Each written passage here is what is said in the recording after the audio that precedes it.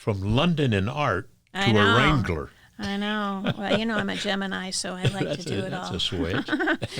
Anyway, so he wanted to go back and work a winter there and asked me if I would go with him. So I did, and I worked at the lodge, much to my dad's chagrin, that I was leaving my, focus of trying to find a job after college.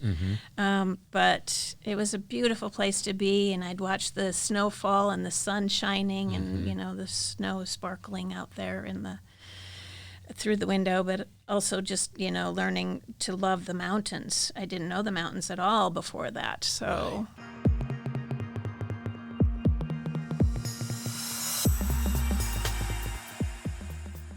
Welcome to Motivational Mondays, a conversation with David Ibarra, me, and my special guest, Meri DeCaria.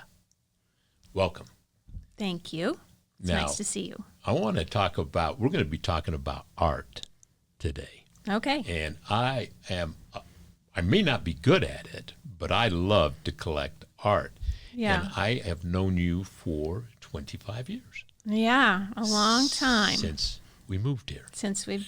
As long as we've been neighbors. That's right. Well, tell me a little bit about you. You're the director of the Phillips Art Gallery. And I want to know, you've been doing this for 30 years? Over 30 years, yeah. I started at the gallery when I was a baby. No, I started in 90. I was hired in fall of 1990, so... I've been there a long time, and there was a director before me, and when she left, I asked for the directorship and got it. So it's been a wonderful place to work, and I'm an artist myself, and so I see both sides of the industry, and I walk through the gallery on a regular basis and just go, God, I'm so lucky to be here. So your background, education, university, what was your background? Tell me a little bit about that got you prepared to be an artist, or how did that occur? Well, I was always creative when I was young and loved to draw and paint and do all the things. My mom was a crafter, so we did all of those things like crocheting and sewing and stuff. And then I went to the Philadelphia Art Institute, and I studied fashion merchandising, thinking I wanted to be a buyer for big stores and travel to Europe to buy the latest trends. And I got through that first program, 2 years, and the final part of it is that you have to create a whole buying program and show, how much you're going to buy and how much profit you're going to make and all of that. And I realized it involved a lot of math, which is not my forte. And I didn't do great, but I passed, and but I decided that maybe I needed to have a more creative focus after that. So then I transferred to the American College in London for my second half of my schooling, and added design. So it was a double major, fashion merchandising and design.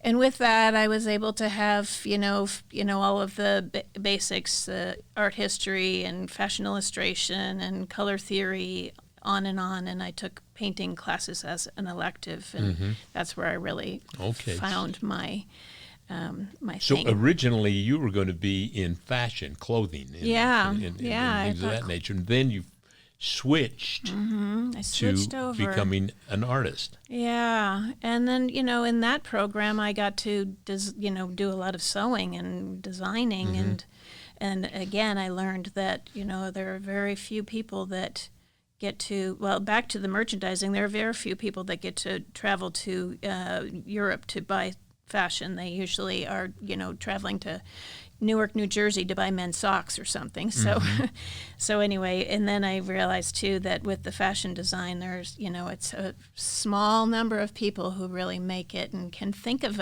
a new way to design clothes. I mean, their clothing is a pretty basic thing when it comes down to it, unless you're a haute couture designer. Art and clothing, I both like.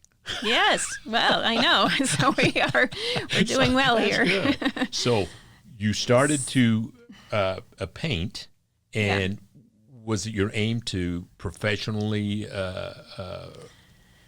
earn through your art? Well, I came back to the United States, and I was back to Minnesota at that point, and London, Minnesota. Yeah, I grew up in Minnesota and then lived in New Jersey for my last 2 years of high school, and that's how I ended up in Philadelphia to start college. But my dad had divorced by that time, and he was actually running for Congress, U.S. Congress, and so I was working with him and on his campaign for a while, and then had to settle into a job. And I thought maybe graphic design, but you apply around, and they say, well, you have to have experience. Sure. And so I found a couple of gallery opportunities. One was a nonprofit, and one was a for-profit gallery, and worked downtown in Minneapolis, and just really loved that environment. And So what brought you to Utah? During the campaign and helping my dad with volunteer organizing, I met a guy out and about with my sister, and he had worked as a wrangler at a ranch in Wyoming, an hour north of Jackson Hole, So wait a Toketee minute. Mountain Lodge. From London and art to I know. a wrangler. I know. Well, I'm a Gemini, so I like to do it all. That's a switch. Anyway, so he wanted to go back and work a winter there, and asked me if I would go with him. So I did, and I worked at the lodge, much to my dad's chagrin. That I was leaving my focus of trying to find a job after college. But it was a beautiful place to be, and I'd watch the snow fall and the sun shining, and the snow sparkling out there through the window, but also just learning to love the mountains. I didn't know the mountains at all before that, so hiking and cross-country skiing and horseback riding in the summer, and skiing were all things that I love. So when he needed to finish college, he applied around and got accepted at the University of Utah, and that's how I ended up here. Great. We didn't stay together, but I already had my job at Phillips Gallery by that point, and lots of great friends. And again, I because of the outdoors, I thought, well, I could move back to Minnesota, but where would I ski and hike and do all Well, you the can always things? thank him for Utah then. Yeah. Well, I want to shift into Phillips Art Gallery. Tell Okay. us about what did you start there, and then I'd like a history about Phillips Art Gallery, and certainly the founders and owners. Yeah. And how did that come about? I mean, art in Utah isn't the same as some of the certainly Philadelphia, Los Angeles, New York. Yeah. But it's really cultivated. We and have a wonderful art community yes, here. and it's sometimes I think people are shocked by it. Yeah. And so it's a well-kept Pleasantly secret surprised. that ought not be a secret. Yes. Tell us about the Phillips Art Gallery experience, and I want to know about you getting there and Phillips Art Gallery itself. Well, Phillips Gallery was started in 1965 by Bonnie and Dennis Phillips, both artists at that time. And they were they were young hippies at that point. And they had first, it was over on 9th and 9th for the first 2 years. They had, or a year and a half, something like that. They had a gallery, but it was also leather sandal making and sign. Dennis would do handwritten signs for grocery stores and things like that. He had wonderful handwriting. And then they found this building next door and bought it. And according to Bonnie, all of the windows were broken out in the front of the building, and it just needed a lot of work. But they put. What year was that? So that would have been 1968, 67, 68, something like that. Yeah. And so they fixed it up, and they had the help of other artists and friends. And the gallery was really run by their artist friends and them in the beginning, like Lee Deffabaugh, Tony Smith, and some others were working in the frame shop and just helping to make it go, but also showing their art there. And I believe that Dennis and Bonnie lived in the back. No, they lived upstairs. Oh, they lived upstairs. Yeah, the building in the back is Dennis's studio and always has been. Before it was before the gallery owned it, it was owned by the Junior League, and they would run their thrift store out of that building, as I understand. But so the address of the gallery is 444 East, 200 South, Salt Lake. And so we right downtown. are right next to each other. Yeah. Property point to property point. Yes. You can look down onto our sculpture deck from your building. I do, and it's inspired me to have two pieces in each corner that I want to thank you for helping me choose. Right. Because I can't tell you is that people walk into our building and they're shocked that it's more than just an office building, with the arts and the that, and we colorful walls and everything. We wanted else. to feel comfortable to have just really good conversations, whether it's about business, whether it's about community, politics, or whatever. I think that we need more of that. But I often look down at that and what and a the great sculpture garden. Yes. It's in between the buildings. At what age do you wish you had unlocked the principles that lead to success? Where do you think you'd be today if you had learned them as a child? Yes, Our Kids Can is a program developed at Harvard and tested in San Antonio's school systems, designed to give children of all backgrounds the opportunity to plant the seeds for future success, using learning techniques they understand and enjoy. Through engaging animated stories, fun sing-along songs, and interactive games, Yes, Our Kids Can teaches your child the empowering, success-driven principles needed to reach their full potential. Don't miss this opportunity to give your children the future they deserve. Yes, Our Kids Can is available now on the Apple App Store and Google Play. Sign up today and help make your child's dreams a reality.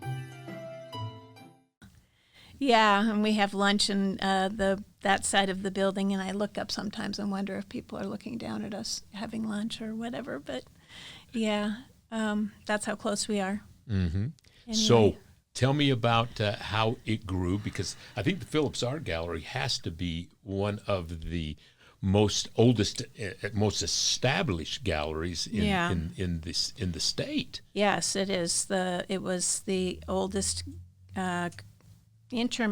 oldest gallery in the Intermountain West. Mm-hmm. Yeah, but there were others that started soon after, like the Art Barn, which is up, off of South Temple, and a couple others. So, but anyway, yeah, it's one of the oldest, and we started with just a few artists, and then we grew and grew, and today we have over 80 artists that we represent, and they're all local. Over the years, we have had people that are, well, I would say we have a couple that are not local, but they all have to have a connection to Utah, because over the years we've tried other artists from other areas, and somehow they're not able to bring their community to be part of, in partnership with us, to bring people to the gallery. It's sort of, without that element, we have a hard time getting them going. So no matter how good is they are. it you go about having, how is it that you create a good connection of views for people to come in? How do they just wander in? Do you have events? How does, or has it just built a reputation, so when somebody's looking for art, how do we draw people to the gallery? How do you draw people to the gallery? Okay. The business, how does it survive? How does it thrive?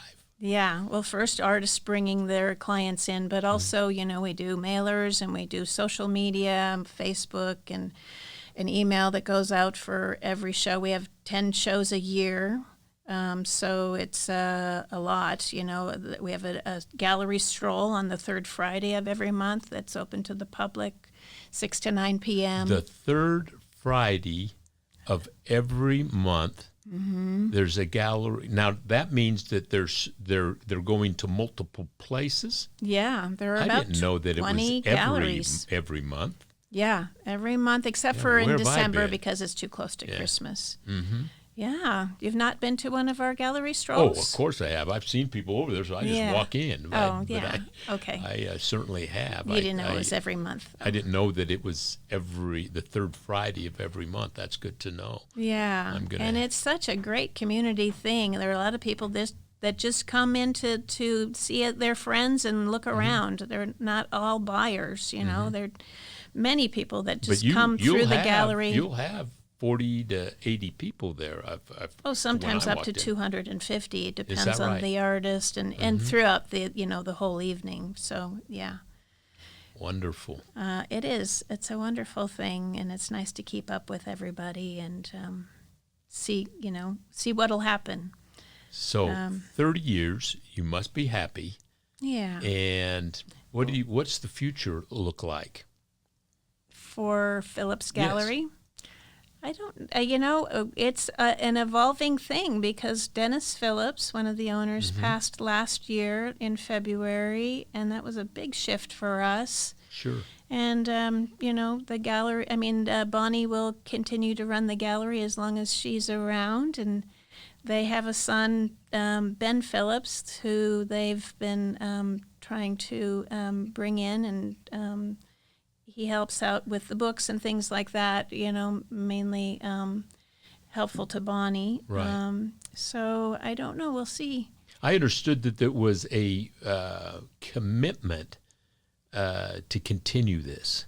Yes. And that the plan was to continue way into the future. I mean, all of us want what we believe in to grow past us. Yes, of course. And that being there for as long as it has, and the great thing about our street, it's almost like you'd like to put together a time of just showing the change of Second South, because we've gone from higher end, a ninth and ninth style, to we had some periods that were difficult. I think we're definitely on the rebound. I look at our street just over the last 10 years, and the buildings are better. They're well cared for. Yeah. I don't see us having anything but a bright future as far as our streets. I know that we all deal with a bit of the homelessness issue, which is tragic, and it's certainly a topic unto itself. Sadly. But, I think that, I have faith in Utah that, one, we care enough to do the right thing, and that is to make sure people get what they need. And sometimes that is observation, and if they can't communicate, can't get through the day, or laying in, they need to be looked at like when we were kids. 911 would have been called, and we would have all been concerned, and somebody would have come to help, right, and not just walk around. Yeah. And I'm hoping we're getting back to that. Yeah, we've always been careful to be respectful of the homeless around our, that when they want to come in, they come into the gallery. I mean, obviously, if they're causing issues or, hanging out too long, they, we gently ask them to leave. We have had situations where, people have gotten a little hard to handle, but it's been a long time since that's happened. So I think the important part for us is that we had a time period where it was difficult. I think that time period is much improved. I don't think that anybody needs to be concerned about their safety coming to our neighborhood. Our neighborhood is a safe it's funny when people say city. That they don't like to come downtown because of that. It's so few and far between. And to have the downtown experience is there's so much happening. Is often. Where are some of the other, when you say the stroll, is that truly a stroll, or is that a drive? No, it's a drive. It's still a drive. They call it a stroll in all the cities around the world, but in Salt Lake because our blocks are so big and our galleries are far apart. It is a drive, yeah. But in walking distance, I believe there's only about 3. Yeah, Anthony's Antiques is down on the corner, and they're usually open. And then what else do we have? I mean, we used to have a few others close by, but... Well, you know my building pretty well. Yes, because I've hung all of the art in your building. You've hung every piece of art in this place. Yes. And you've helped me in one of the condos that I had downtown. Right. And I tell you, Meri, I really appreciate. And I want to help you with your house next. Well, the house, I'll invite you. Okay. Because I do have some spots that I need filled. Okay. I had collected, it was interesting. I like this one artist by the name of Harold Tanner, and there's some sentimental reasons in that his parents ended up taking care of my brother and I for 5 years, and he became an artist. So when we were growing up, I used to look at him, and he had a white Impala convertible. Oh, cool. And he had this brown jacket and sunglasses, and he was fashionable. And I thought to myself, one day I'm going to have a convertible. I'm going to be able to dress like that. And he was always so kind to my brother and I. Oh, we were there so from nice. 8 to 14. And then later, I end up, having some businesses and having some success of my own. And he always would show up and so introduce nice. himself to whoever at the front. Tell David his brother Harold is here. Now, he's blonde-haired, freckle-faced, and doesn't match up to my luck. And he would laugh, but he, before he passed away last year, he did 13 pieces for me. Wow. And had them set aside. Oh, wow. And so they're going in your house. Yeah, they're in my house. You've already hung them. Oh, okay. And you taught me how to. Okay. I'm looking. You probably will come over and say, "No, you need to change that one 2 inches." We can do some tweaking. But he left them for me, and this guy really kind of helped me get into the love of art. As you know, each floor is different. One's floral, one is ocean, one is Latino, a Latina by the name of Ruby Chacon. Yes. And then I've got one, for heaven's sakes, Pilar, a piece, yeah. And and then, people comment all the time, but I want to thank you for helping me make this place a little more than about business. Yeah. This is a statement of who we are, and I think that art fills the soul, and it's Exactly. a conversation starter, and so many things. So it's nice to have around. What do you love most about your job? Art. Yeah, well, I love seeing the new art that comes in and the excitement around that, but mostly I love working with people. I love the people that work at the gallery. They're like family to me, and the artists. But connecting with the community, it's just fun having somebody come in new and finding out what our common interests are, or something like that, and then we go from there. And when you come into the Phillips Art Gallery and you meet Meri, and you go onto the main display area, you think, well, that's not much. But then you go downstairs, yes, and there's a much more. And then you go upstairs, and there's some more. And then you from the go street. to the balcony. And there was one time I said, well, Meri, there's just not something that I really, that just hits me, because I really like modern art. And wait 1 minute, come with me.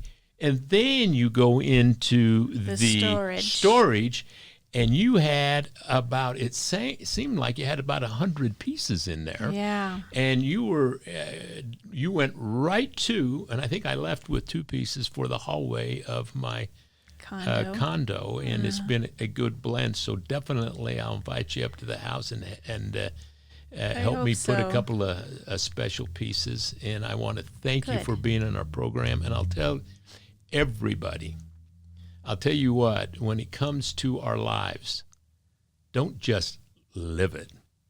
Breathe it, smell the roses, and there's nothing better than sitting in a room and looking at your art, and that's meditation, is to just imagine it. And I love just sitting there and looking at it and imagining the personalities involved in it. Who painted it? What were they thinking? It's and just why so is it enriching. making an impression on me? And you get to do that every day. I do. It's Well, so nice. I have this book over here that I wanted to. Live Ready. Yes. Thank you for being in our program. And I wanted to give you a copy of my newest book, Live Ready, Beyond Think and Grow Rich. Thank you. And thank you so much for being on our program today. You're welcome. It was fun.